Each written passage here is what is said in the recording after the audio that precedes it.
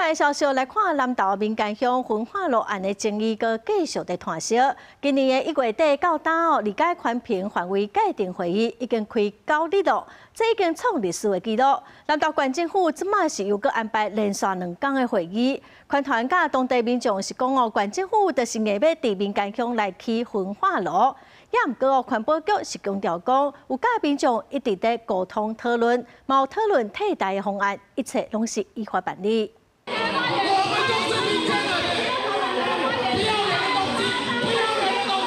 民間的鄉長衝入去官員立息的所在，本馬南投環保局長頂日一議會公開表示，反對起焚化爐，真濟攏毋是在地人，要牽出去，在會議上向環保局長謝冤。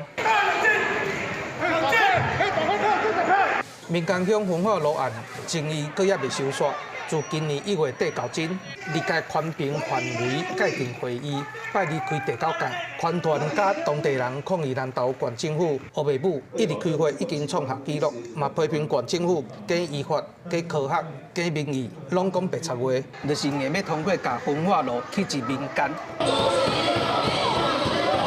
法令限制民間鄉，它寫5。特定農業區它有規定，尤其是農業部一直提到說，你要在這邊蓋焚化爐，要變更地目，變更地目的時候，需要有合法性、合理性、必要性和不可替代性。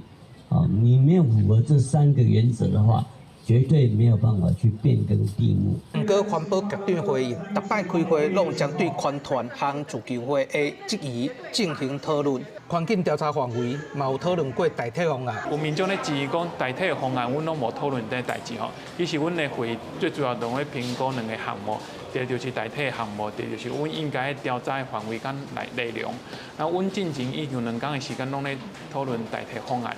另外，環團嘛設一場會議，無專家會當討論焚化爐對動物生態的影響，所以要求停止開會。啊，毋過意見無互人接受，抗議的民眾徛去倒仔頂，有人倒一塗骹要阻擋開會，現場嘛不時出現激烈的衝突。記者黃秋南投報道。